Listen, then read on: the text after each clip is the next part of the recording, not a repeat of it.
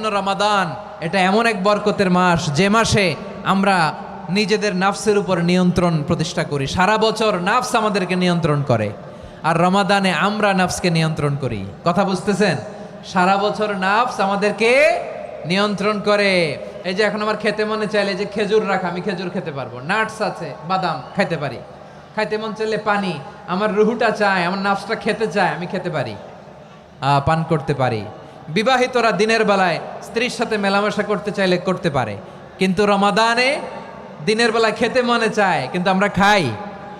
আমার প্রবৃত্তি খেতে চায় কিন্তু প্রবৃত্তির কথা আমরা শুনি, কথা কয় না। রমজানে খেতে মন চাইলে আমরা খাই, তৃষ্ণায় গলা ফেটে যায়, গলার ছাতি ফেটে যায়, কিন্তু এক ঢোক পানিকে আমরা গিলি। বিবাহিতরা দিনের বেলা স্ত্রীর সাথে কি মেলামেশায় যায় না। তার মানে সারা বছর নফস আমাদেরকে নিয়ন্ত্রণ করে, আর রমাদানে এই নফসের উপর আমরা নিয়ন্ত্রণ প্রতিষ্ঠা করি। নফসের লাগাম আমরা রমাদানে টেনে ধরে, চিল্লায় বলেন ঠিক কি না? এজন্য আমার প্রিয় ভাইয়েরা, নফসের উপর নিয়ন্ত্রণ নিতে চাইলে রমাদানের রোজার কোনো বিকল্প নাই। এটা এমন মাস যে মাসের ফজিলতেরও কোনো শেষ নাই। এই মাসকে বলা হয় দ্য মান্থ অফ হোপ। এটা আশা জাগানিয়া মাস। রমজানের কথা শুনলে আশা জাগে না হৃদয়ে? হ্যাঁ, ইদা জাআ রমাদান ফুতিহাত আবওয়াবুস সামা ওয়া গুল্লিকাত আবওয়াবু জাহান্নাম ওয়া সুফিদাতিশ শায়াতিন। রমাদান আসলে আকাশের দরজাগুলো খুলে দেওয়া হয়, মানে জান্নাতের। জাহান্নামের দরজাগুলোকে লক করে দেওয়া হয়, শয়তানকে চেইন আপ করা হয়। ইবাদত করলে শুধু করতেই মনে চায়, চিল্লায় বলেন না সুবহানাল্লাহ। রমজানে ইবাদতে যেই মজা পাওয়া যায় সারা বছর অন্য কোনো মাসে এই মজা আপনি পান? আমার চাঁপাইনবাবগঞ্জের ভাইরা আওয়াজ করে বলেন না, রমজানে ইবাদতে যেই মজা অন্য মাসে এটা পান? কারণ রমজানে ইবাদত করলে সওয়াবও বেশি, ইবাদতের একটা পরিবেশ থাকে, ঠিক কিনা বলেন? অন্য মাসে ইবাদত করলে এর সওয়াব পাওয়া যায় গাণিতিক হারে, রমজানে ইবাদত করলে সওয়াব বাড়তে থাকে জ্যামিতিক হারে। সুবহানাল্লাহ কইবেন না? অন্য মাসে সওয়াব বাড়ে গাণিতিক হারে, রমাদানে ইবাদত করলে সওয়াব বাড়ে কিভাবে জ্যামিতিক হারে বাড়ে দেখেন। রমাদানে একটা নফল করলে ফরজের সমান সওয়াব, একটা ফরজ করলে 70 থেকে 700 গুণ সওয়াব। রমজানে উমরা করলে হজের সমান সওয়াব। সুবহানাল্লাহ নাই? দ্য মান্থ অফ হোপ, আশা জাগানিয়া মাস। এই মাস আমাদেরকে হোপফুল করে, আশাবাদী করে। রমাদান যেমনি দ্য মান্থ অফ হোপ, আশা জাগানিয়া মাস, এট দ্য সেম টাইম এই রমাদান হচ্ছে মান্থ অফ ওয়ার্নিং, একটা ওয়ার্নিং এর মাস। নবী যেমনি আশা জাগাইছে আবার ওয়ার্নিং দিয়েও গেছে, খবরদার।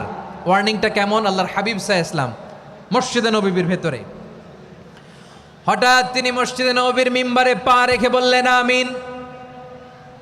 দ্বিতীয় ধাপে পা রেখে বললেন আমিন, তৃতীয় ধাপে পা রেখে বললেন আমিন। সাহাবারা অবাক হয়ে বললেন ইয়া রাসূলুল্লাহ, ইয়া হাবিবাল্লাহ, 3 বার শুধু আমিন আমিন পড়লেন, কেন পড়লেন আমরা কিছু জানি না, আমাদেরকে জানিয়ে দেন কেন আপনি 3 বার আমিন বললেন।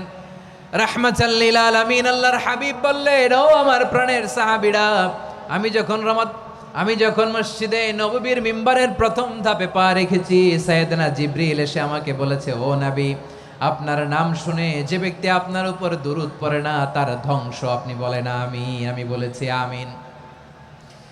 দ্বিতীয় ধাপে পা রাখার পর সাইয়েদনা জিবরিল বললেন, ইয়া রাসূলুল্লাহ, মাতা পিতাকে বার্ধক্য অবস্থায় পেয়ে তাদের সেবা করে, তাদের সাথে সদাচরণ করে যে সন্তান জান্নাত কামাতে পারলো না তার জন্য ধ্বংস। আপনি বলেন আমিন। আমি বলেছি আমিন।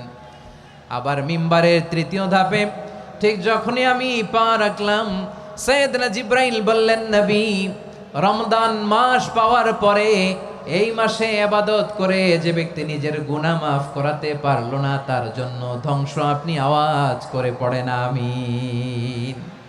কত বড় ধমক, কত বড় ওয়ার্নিং দেখছেন। যে রমাদান পেয়েছে কিন্তু রমাদানের ইবাদত করার মধ্য দিয়ে সে নিজেকে জাহান্নাম থেকে মুক্ত বানাতে পারলো না, তার উপর আল্লাহ লানত, তার জন্য ধ্বংস।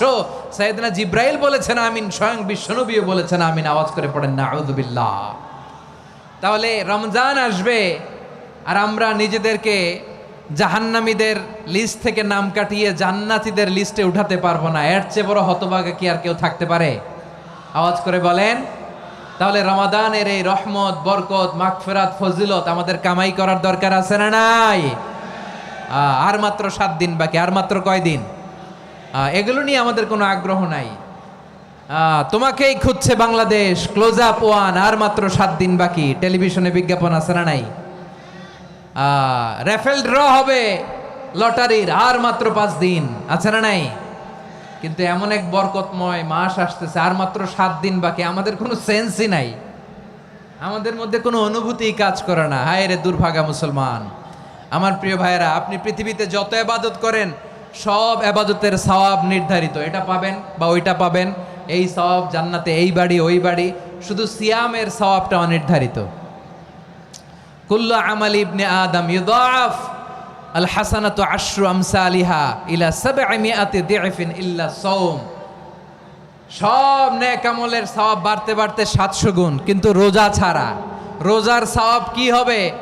বান্দা খালি রোজা রাখে, ফেরেশতারা কিছু লিখতে পারে না আমল নামায়, কারণ আল্লাহ বলে এটা কিছু লিখিস না, কারণ আসসাউমুলি, এই রোজা রাখছে আমার জন্য, ওয়া আনা আজজি বিহি, এই রোজার সওয়াব, প্রতিদান, অ্যাওয়ার্ড, এটা কিয়ামতের দিন আমি আল্লাহ নিজ হাতে দেব, নিজ হাতে দেব।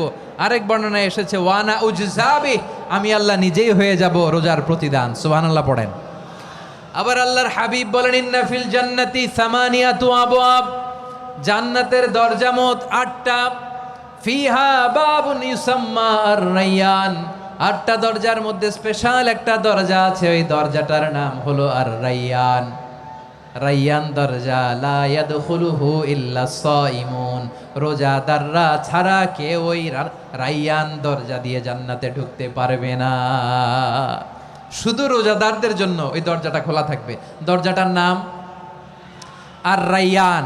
এই লাখো জনতা আওয়াজ করলে এই আওয়াজ হয়, বলেন রোজাদারদের জন্য জান্নাতে স্পেশাল যে লাল গালিচার সংবর্ধনা এন্ড স্পেশাল এন্ট্রি, ওই দরজাটার নাম কি? আর রায়্যান শব্দটা কেমন লাগে?